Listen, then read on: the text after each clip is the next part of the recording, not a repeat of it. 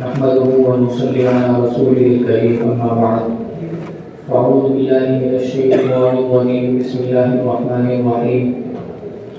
يا أيها الذين آمنوا كتب عليكم الصيام كما كتب على الذين من قبلكم لعلكم تتقون صدق الله العظيم. محترم سامعین کرام، اللہ تبارک و تعالیٰ اس آیت شریفہ میں فرماتے ہیں کہ اے ایمان والو، اے مسلمانوں، تمہارے اوپر روزے فرض کیے گئے ہیں جیسا کہ تم سے پہلی امتوں پر بھی فرض کیے گئے تھے. فرض کرنے کی وجہ، اس کا مقصد کیا ہے؟ لعلکم تتقون، تاکہ تم متقی بن جاؤ، تم تقوی پر عمل کرنے والے بن جاؤ. سوال یہ ہے کہ تقوی ہے کیا؟ تقوی آدمی کے دل کے ایک کیفیت کا نام ہے، ایک مزاج کا نام ہے. انسان کے دل میں یہ بات پیدا ہو جائے، اس کا یہ دھیان بن جائے کہ میں تنہائی میں ہوں تب بھی، اور باہر مجلس میں ہوں، لوگوں کے درمیان ہوں تب بھی، ہر حال میں میرا اللہ مجھے دیکھ رہا ہے. میں اگر نیک کام کر رہا ہوں تو بھی اللہ مجھے دیکھ رہا ہے، اور گناہ میں اگر کرنے لگا ہوں تو بھی اللہ مجھے دیکھ رہا ہے. تو یہ کیفیت آدمی کے دل میں پیدا ہو جائے.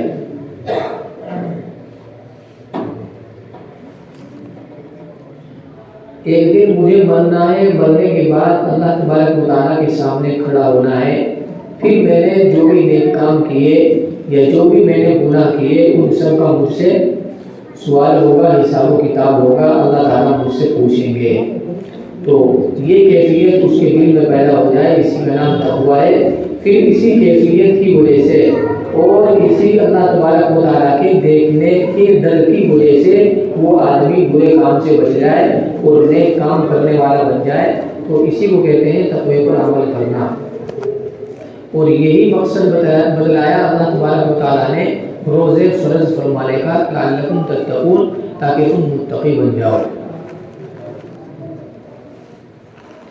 ایک بند کمرہ ہے اور ایک مرد ایک عورت،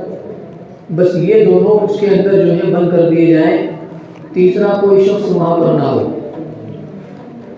لیکن ساتھ ساتھ ان دونوں سے کہہ دیا جائے کہ دیکھو تم جو بھی کچھ حرکت یہاں بند کمرے میں کرو گے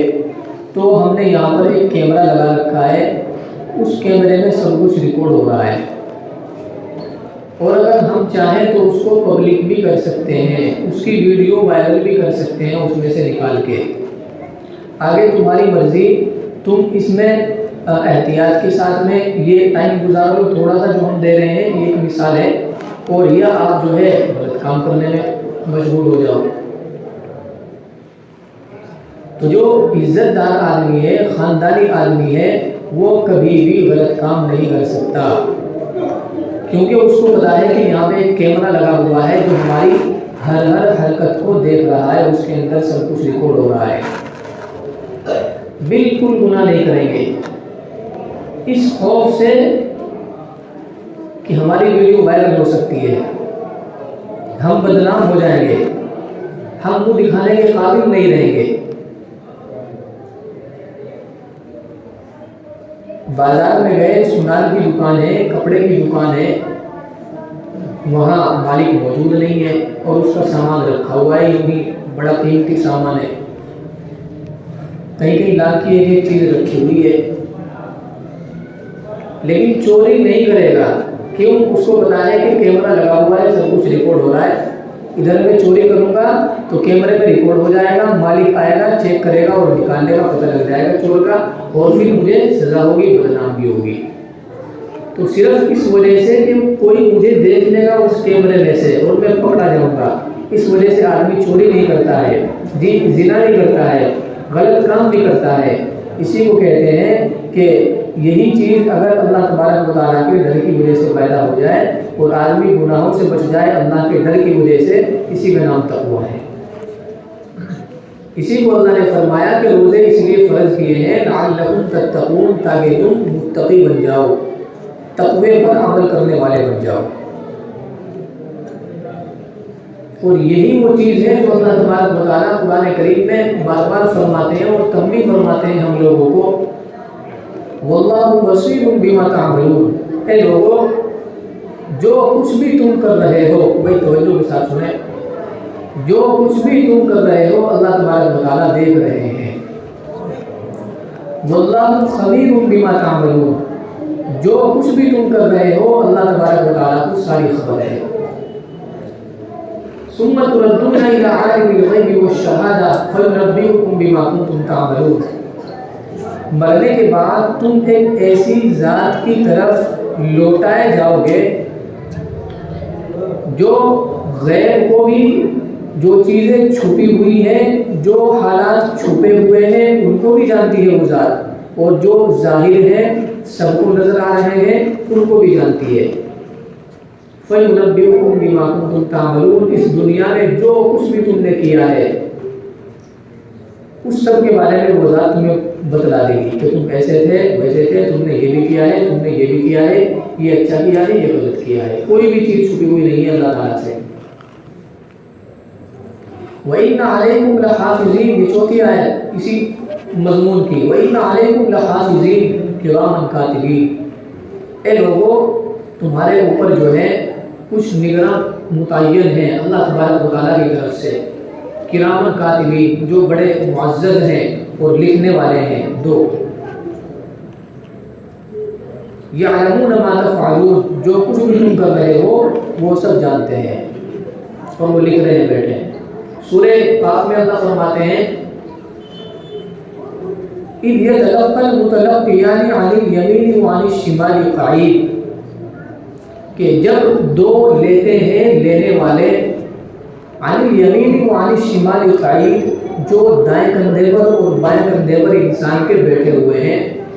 ما یلفظ من قول الا لدیہ رقیب عتید، کوئی بھی جملہ، کوئی بھی لفظ انسان اپنی زبان سے نہیں نکالتا مگر وہ تیار بیٹھے ہیں ایک دم اس کو لکھ لیتے ہیں۔ الا لدیہ رقیب عتید، بالکل یہی بیٹھے ہیں برابر میں، جیسے ہی کوئی بات زبان سے نکالی اور اس کو نوٹ کر لیا، اس کے اعمال نامے میں اس کو لکھ لیا، اس کا حساب ہوگا۔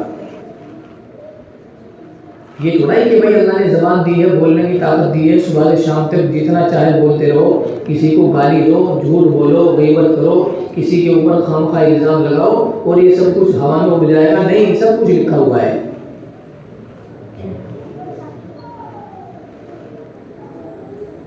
تو اللہ تبارک و تعالیٰ نے ہمارے اوپر جو روزے فرض فرمائے ہیں اس کا مقصد اللہ تعالیٰ نے یہی بیان کیا، لعلکم تتقون، اے لوگوں تاکہ تم متقی بن جاؤ۔ اب روزے سے یہ مقصد کیسے حاصل ہو رہا ہے؟ یہ حاصل ایسے ہو رہا ہے کہ بھئی آدمی نے روزہ رکھا ہوا ہے، تنہائی میں ہے، کوئی بھی نہیں دیکھ رہا، اس کو پیاس لگی ہوئی ہے، پانی پی سکتا ہے لیکن نہیں پیتا، بھوک لگی ہوئی ہے، کھانا کھا سکتا ہے، کوئی نہیں دیکھ رہا ہے لیکن نہیں کھاتا، اس وجہ سے کہ اللہ مجھے دیکھ رہا ہے، اللہ کی نظر میں تو میرا روزہ ٹوٹ ہی جائے گا۔ تو ایسے ہی جو اور دوسرے گناہ ہیں، آنکھوں کا گناہ ہے، کانوں کا گناہ ہے،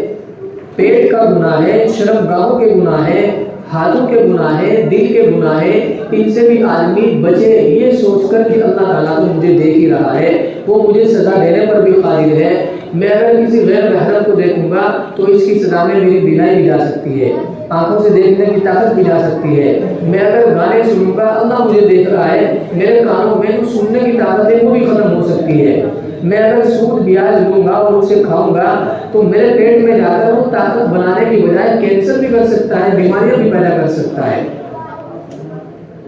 تو یہی مقصد ہے روزے سے، تاکہ تم متقی بن جاؤ، خلوت میں بھی، تنہائی میں بھی اور لوگوں کے درمیان بھی، مسجد کے اندر بھی اور مسجد سے باہر بھی، اپنے تجارتی معاملات میں بھی اور اپنے کھانے پینے میں بھی اور اپنے لین دین میں بھی تقویٰ ہماری زندگی میں آ جائے۔ اللہ تبارک و تعالیٰ نے توفیق عطا فرمائے، وما توفیقی الا باللہ۔